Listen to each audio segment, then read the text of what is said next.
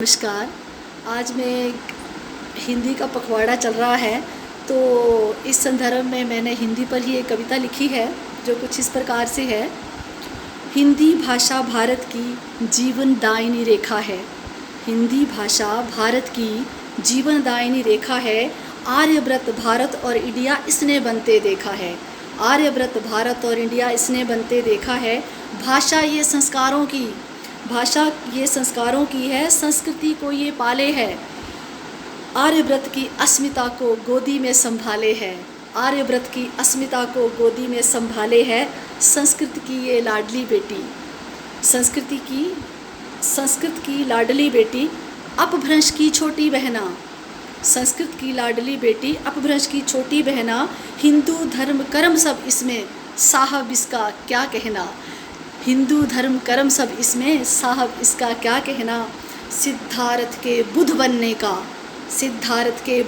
का पाली प्राकृत में गायन है।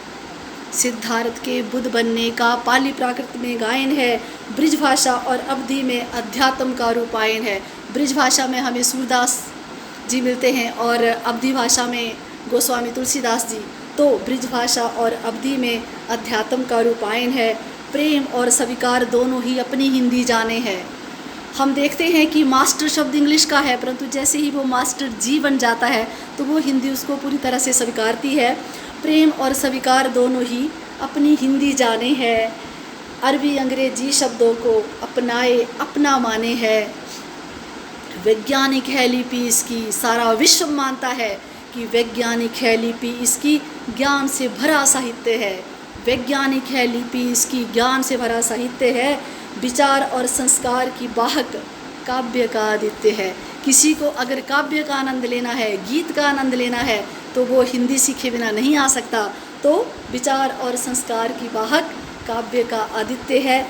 देववाणी की आत्मजा, संस्कृत की बेटी है ये। देववाणी की आत्मजा अथक प्रवाह से गतिमान है। देववाणी की आत्मजा अथक प्रवाह से गतिमान है। गर्व से हिंदी भाषा बोलो, गर्व से हिंदी भाषा बोलो, हम सबका ये स्वाभिमान है। गर्व से हिंदी भाषा बोलो, हम सबका ये स्वाभिमान है।